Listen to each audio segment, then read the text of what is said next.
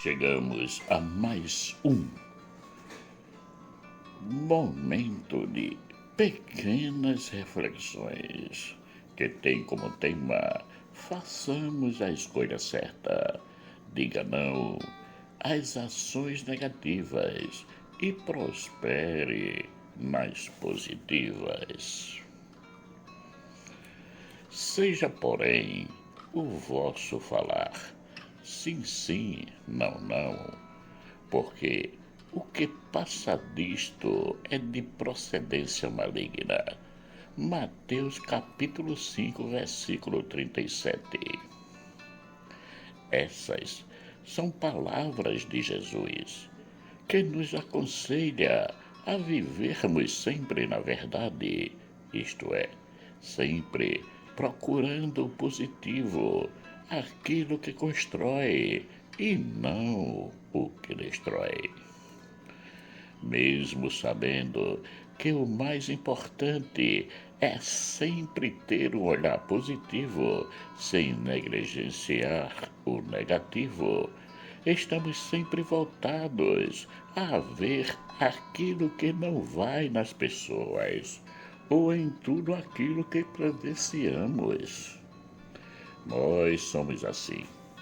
Inclusive, dizemos que somos capazes de ver o 1% de erro que uma pessoa comete, ao invés de vermos os 99% de acertos que essa mesma pessoa chega a realizar na vida. Como vemos, estamos sempre a julgar, a sermos juízes um dos outros e, o pior de tudo, é que achamos isso normal. Ou melhor dizendo, achamos isso mais normal quando somos nós, os juízes. Quando são os outros para conosco, achamos que é uma ofensa. É isso mesmo.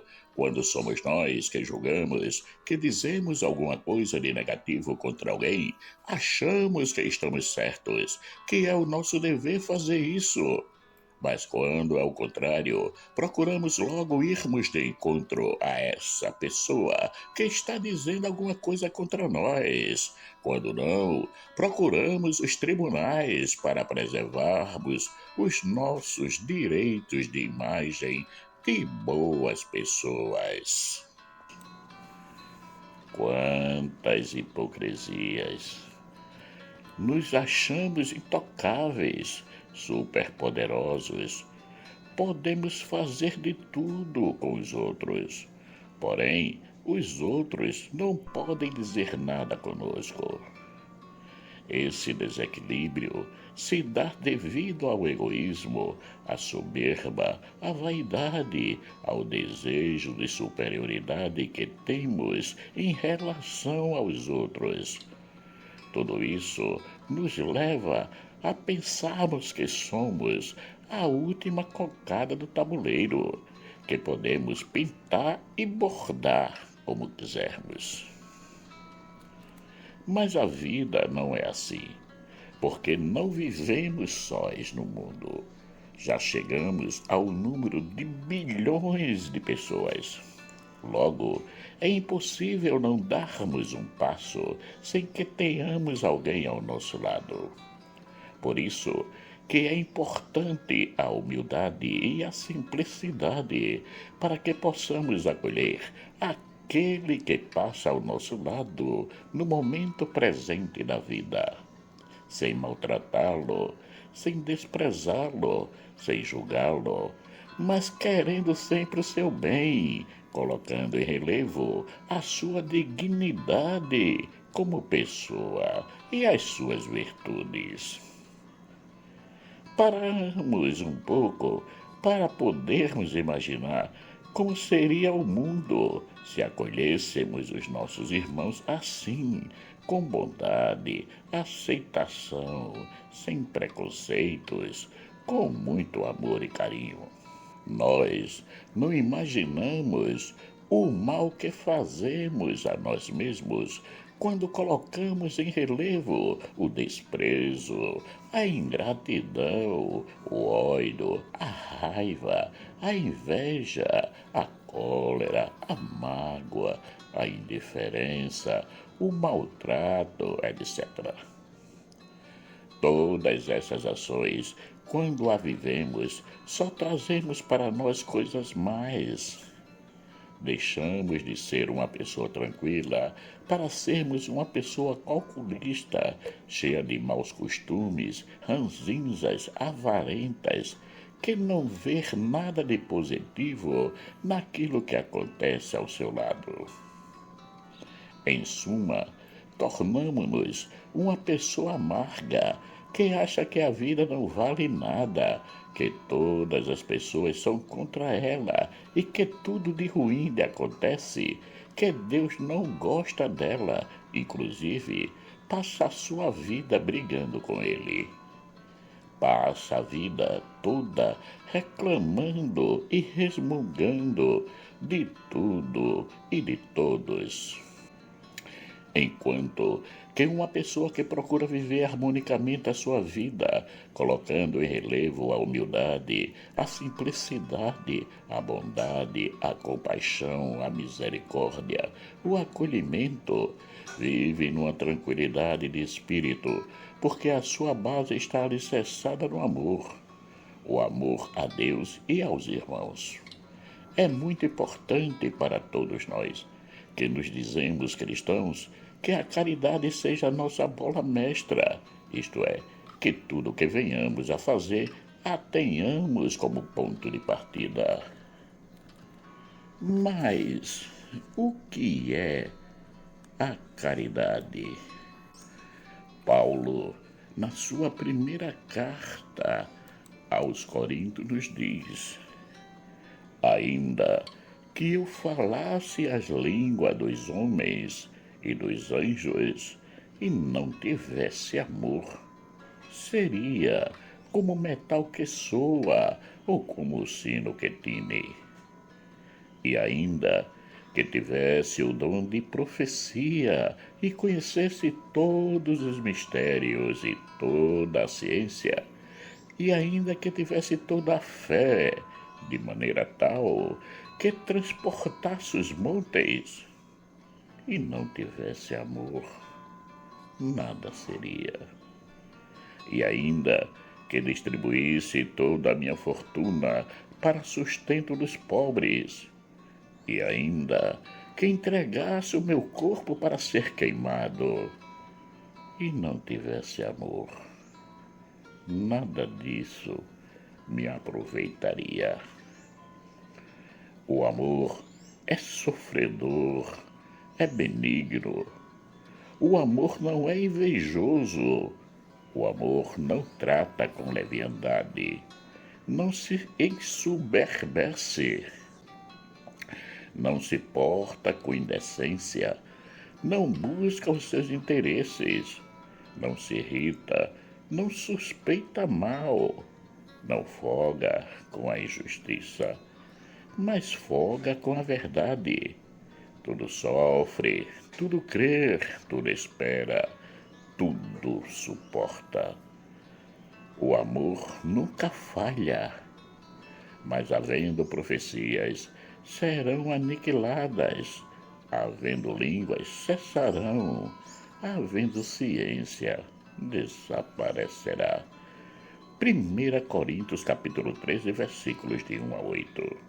Logo, a caridade é aceitar o outro sem exigir nada em troca. É o amor incondicional à inutilidade do outro. Isto é um amor que ama a todos, aqueles que têm e aqueles que nada possuem, como os miseráveis, os indigentes, os mendigos, os moradores de rua, etc.